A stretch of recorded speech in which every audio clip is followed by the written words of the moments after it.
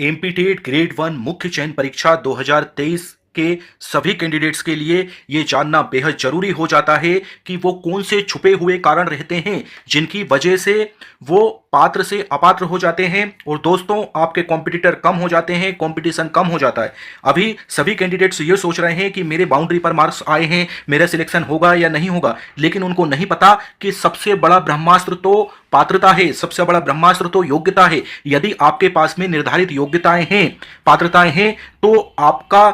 Chance प्रबल है, आपके सिलेक्शन का चांस सबसे ज्यादा है। लेकिन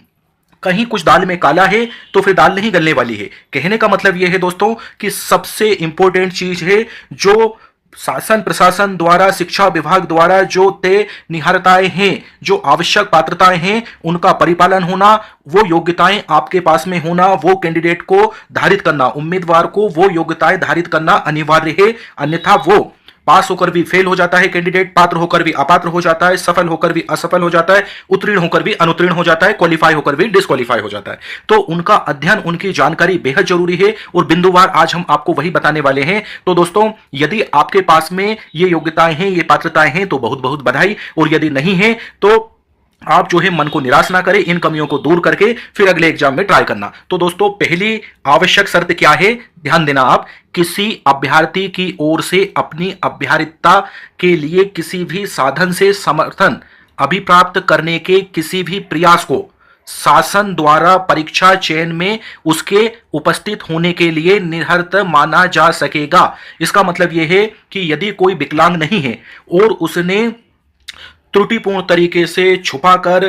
दिव्यांग से उसने फॉर्म फिल कर दिया था, उसकी कैटेगरी दिव्यांग फिल कर दी होगी, लेकिन वो दिव्यांग नहीं है, जांच में पाए जाने पर वो दिव्यांग नहीं निकला, तो उनकी पात्रताएं निरस्त कर दी जाएगी, निरस्त कर दी जाएगी। इसी तरह से मान लीजिए कि कोई कैंडिडेट्स एसटी एससी ओबीसी का नहीं है, लेकिन उन्होंने फॉर्म टिक कर दिया था जॉब लेने के लिए और पता चला कि वो इस कैटेगरी से बिलोंग ही नहीं करते, तो भी उनकी जो पात्रताएं हैं, उनकी जो योग्यताएं हैं, इस उनको क्वालिफाई से डिस्क्वालीफाई कर दिया जाएगा, फिर भले ही उनके कितने ही मार्क्स क्यों ना आए हों। तो इसमें स्पष्ट लिखा रहा है कि अपनी अभ्यर्थिता के लिए किसी भी साधन से, अगर कोई सा भी आप ऐसा साधन का यूज करते हैं जो कि अनुचित है और आप पात्र नहीं हैं और आपने उसका इस्तेमाल किया है, तो आपको अपात्र कर दिया जाएगा जांच उपरांत। अगला बिंदु देखिए दोस्तों,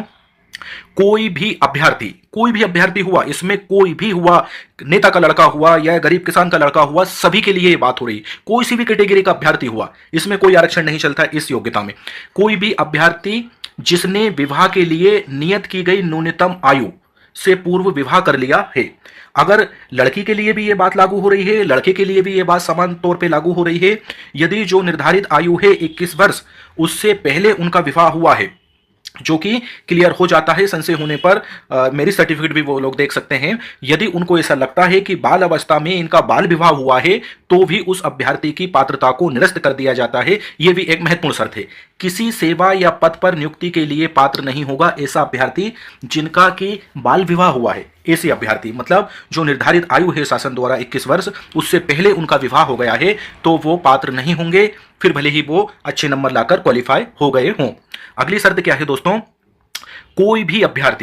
अभ्यर्थी से मतलब यह है एसटी का हो या एससी या जनरल या ओबीसी या ईडब्ल्यूएस या कोई अदर स्टेट के कैंडिडेट्स या फिर संविदा कर्मी या फिर अतिथि शिक्षक या महिला या पुरुष, कोई भी अभ्यर्थी या दिव्यांग, तो कोई भी अभ्यर्थी जो किसी ऐसे अपराध के लिए दोष सिद्ध ठहराया गया हो, मतलब ओनली एफआईआर की बात नहीं हो रही, उस पर दोष साबित हो गया हो कि हाँ उसने ये अपराध किया है, न्यायालय में दोष साबित हो गया हो, वो दंडित हो गया हो, उसको सजा हो गई हो, उसको जेल हो गई हो, तो ऐसा अभ्यर्थी जिसमें नैतिक अधमता अंतर्ग्रस्त हो, किसी सेवा या पद पर नियुक्ति के लिए पात्र नहीं होगा। मतलब एमपी टेट की ही बात नहीं हो रही, मध्य प्रदेश के जितने भी शासकीय गवर्नमेंट एग्जाम रहते हैं उनके लिए ये शर्तें लागू होती हैं। ये एमपी टेट के लिए आप ग्रेड 1 के अभ्यर्थी हैं, मुख्य चयन परीक्षा देकर आपके परीक्षा परिणाम का इंतजार कर रहे हैं, तो आपके लिए भी उतनी ही लागू होती हैं, और अन्य जो शासकीय सेवा के लिए सोच रहा है, प्रिपरेशन कर रहा है, उस व्यक्ति के लिए भी इतनी ही लागू होती है, उतनी ही महत्वपूर्ण शर्त है जितनी कि आपकी परीक्षा के लिए, आपकी नौकरी के लिए है। अगला बिंदु देखते हैं दोस्तों,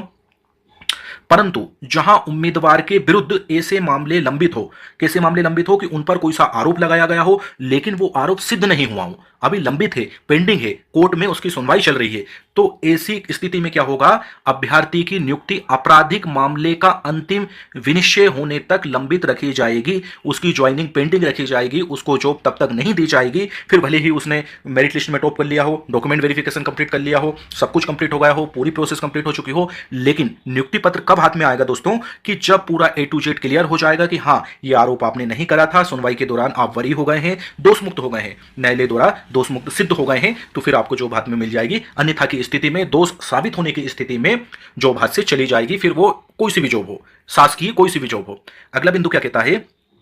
मध्य प्रदेश सिविल सेवा की सामान्य शर्तें, जो शर्तें हैं, जो बनाई गई है, जो कंडिका है, जो नियम है, जो रूल है, जो रेगुलेशन है 1961 के अनुसार प्रावधान है, वो समय समय पर शासन द्वारा जारी किए गए निर्देश है, उनके अनुसार निहरताए अभ्यर्थियों के लिए लागू होंगी। अगर कोई सी ऐसी छूट भी जाती है जो यहाँ पर वर्णन नहीं हो पा रहा है, तो उन्होंने स्पष्ट लिख दिया है कि वो सभी सामान्य सेवा शर्तें जो मध्य प्रदेश सिविल सेवा द्वारा लागू हैं, नियम बना दिए गए हैं 1961 से, वो सभी जो है कि लागू होंगे। आगे देखते हैं दोस्तों, कोई भी अभ्यर्थी जिसकी 2 से अधिक जीवित संतान हो, मतलब 2 लड़के हो या 2 लड़की हो, या 1 लड़का हो या 1 लड़की हो, लेकिन 2 से अधिक हो, मतलब 3 हो, तो ऐसी स्थिति में हाँ, यदि 3 थे, 1 एक्सपायर हो गया, ओनली 2 है, लेकिन बात हो रही है जीवित संतान की। कोई भी अभ्यर्थी जिसकी 2 से अधिक जीवित संतान हो, यदि जिनमें से एक का जन्म, ध्यान देना आप, जिसमें से एक का जन्म दिनांक 26 जनवरी 2001 को, मतलब उसी डेट को, या उसके बाद हुआ हो, उसके पश्चात हुआ हो, तो किसी भी सेवा या पद पर नियुक्ति के लिए पात्र नहीं होगा। यदि आप लोगों ने एमपीटेट ग्रेड 1 मुख्य चयन परीक्षा 2023 का एग्जाम दिया हो, मध्य प्रदेश का कोई सा भी शासकीय एग्जाम दिया हो, यदि दोस्तों आपकी जो डॉटर है या सन है, लड़का है या लड़की है, 3 है, और लास्ट वाला जो सबसे छोटा है उसका जन्म 26 जनवरी 2001 के बाद हुआ है, तो फिर आप अपात्र हैं मध्य प्रदेश में कोई सी भी शासकीय सेवा के लिए। यहां पर स्पष्ट इस चीज का उल्लेख है। लेकिन अब आगे देखते हैं, हम इसमें बिंदु जोड़ा गया है, परंतु कोई भी अभ्यर्थी जिसकी पहले से एक जीवित संतान है, पहले से एक जीवित संतान है, ठीक है, हम थी नहीं कह सकते क्योंकि थी में फिर थी है नहीं, लेकिन यहां पर है, तथा आगामी प्रसव, आगामी जो प्रसव है, जो डिलीवरी है, वो क्या है, दिनांक 26 जनवरी 2001 को या उसके पश्चात हुई हो, जिसमें 2 या 2 से अधिक संतान का जन्म हुआ हो, मतलब जुड़वा हो गए हो, तो किसी भी सेवा या पद पर नियुक्ति के लिए अयोग्य नहीं होगा, पात्र होगा। क्योंकि यदि मान लो डिलीवरी हुई, प्रसव हुआ, और उसमें जो है 2 संतानें हो गई, एक पहले से थी लेकिन जुड़वा हो गई, तो उसमें सामने वाले व्यक्ति की क्या गलती, ईश्वर ने दिया है 2, अरे 3 हो सकते हैं, 4 हो सकते हैं, तो वो अपात्र नहीं होगा। लेकिन 2 थी और ऑलरेडी आपकी तीसरी संतान हुई है 26 जनवरी 2001 के बाद में या उसी तिथि को, तो फिर अपात्र है। आपको ये मैटर, ये बात एकदम अच्छी तरह से क्लियर हो गई होगी। तो दोस्तों हमारे पास में पूरी नियम, रूल, रेगुलेशन, कंडिका है, जो हम समय समय पर मध्य प्रदेश राजपत्र द्वारा प्रकाशित है, ये स्कूल शिक्षा विभाग के लिए,